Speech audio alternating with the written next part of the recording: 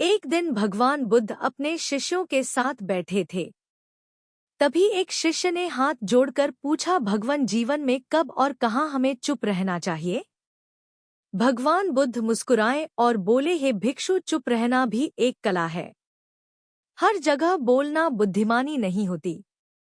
जहाँ शब्द अनर्थ कर सकते हैं, वहाँ मौन ही सबसे बड़ा रक्षक है। मैं तुम्हें बताता हूँ किन अवसरों पर मौन रहना चाहिए।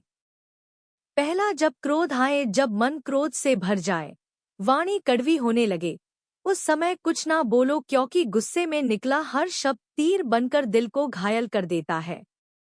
बुद्ध कहते हैं, क्रोध के समय मौन रहो, वही सबसे बड़ी जीत है।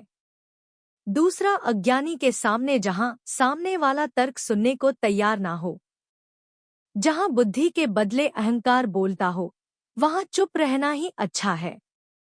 बुद्ध बोले, मूर्ख से वाद विवाद करना अंधे को रंग समझाने जैसा है।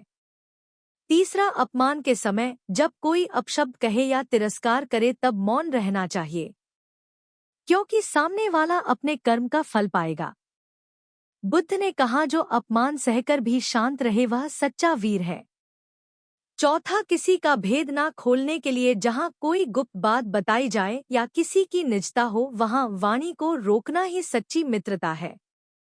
बुद्ध कहते हैं, जिसे मौन रखना आता है वही विश्वास का पात्र है। पांचवा, अनजाने विषय पर जिस बात का ज्ञान ना हो उस पर बोलना मूर्खता है। बुद्ध बोले, जहां ज्ञान ना हो वहां मौन रहो, वही सच्चा ज्ञान है। छठा, विवाद की स्थिति में, जहां बात पर झगड़ा बढ़ने लगे, जहां वाद विवाद का कोई अंत ना हो, वहां चुप रहना ही सबसे समझदारी है।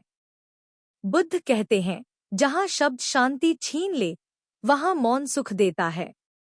अंत में भगवान बुद्ध बोले, हे भिक्षुओं, वाणी बड़ी ताकत है। इसका उपयोग सोच समझ करना चाहिए।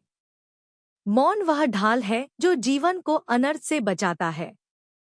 जहां जहां वाणी दुख दे सकती है, वहां वहां मौन ही सबसे बड़ा धर्म है।